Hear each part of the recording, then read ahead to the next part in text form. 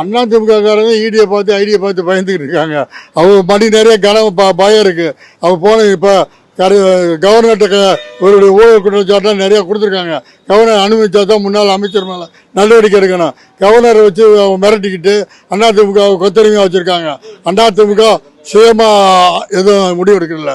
டெல்லி தான் இப்போ அதிமுக தலைமைச் செயலம் ஆகிப்போச்சு. ஜெயலலிதா இருக்க வரைக்கும் தான் தமிழ்நாட்டில் ராயப்பேட்டையில் இருந்துச்சு அவளுக்கு தலைமைச் செயலம். இப்போ மோடியும் பாரதிய ஜனதா என்ன சொல்லுதோ அதுதான் தலைமைச் செயலமா. டெல்லியோட தான் தலைமைச் செயலம் இருக்குது. அவங்க என்ன சொல்கிறாங்களோ அதுதான் அதிமுக கட்சிக்காரர் செஞ்சுக்கிட்டு இருக்காங்க. இங்கே அவங்களா சுயமாக முடிவு எடுக்க முடியாது. அவருக்கு செல்வாக்கு கொஞ்சம் கொங்கு மாவட்டத்தில் இருக்குது. அந்த கொங்கு மாவட்ட எம்எல்ஏ பூரா நிறைய தவறு செஞ்சுருக்காங்க.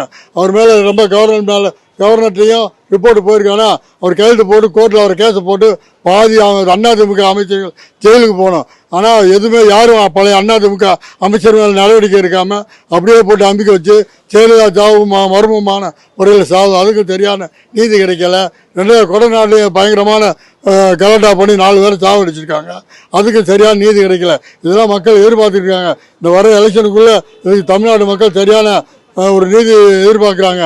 அப்படின்னா இந்த பிரமாண்ட கட்சியாக திமுக தான் ஜெயிக்கும். அதிமுக பாரதிய ஜனதா கூட போனதுனால சுத்தமாக வாஷ் அவுட் ஆகுது தமிழ்நாட்டில்.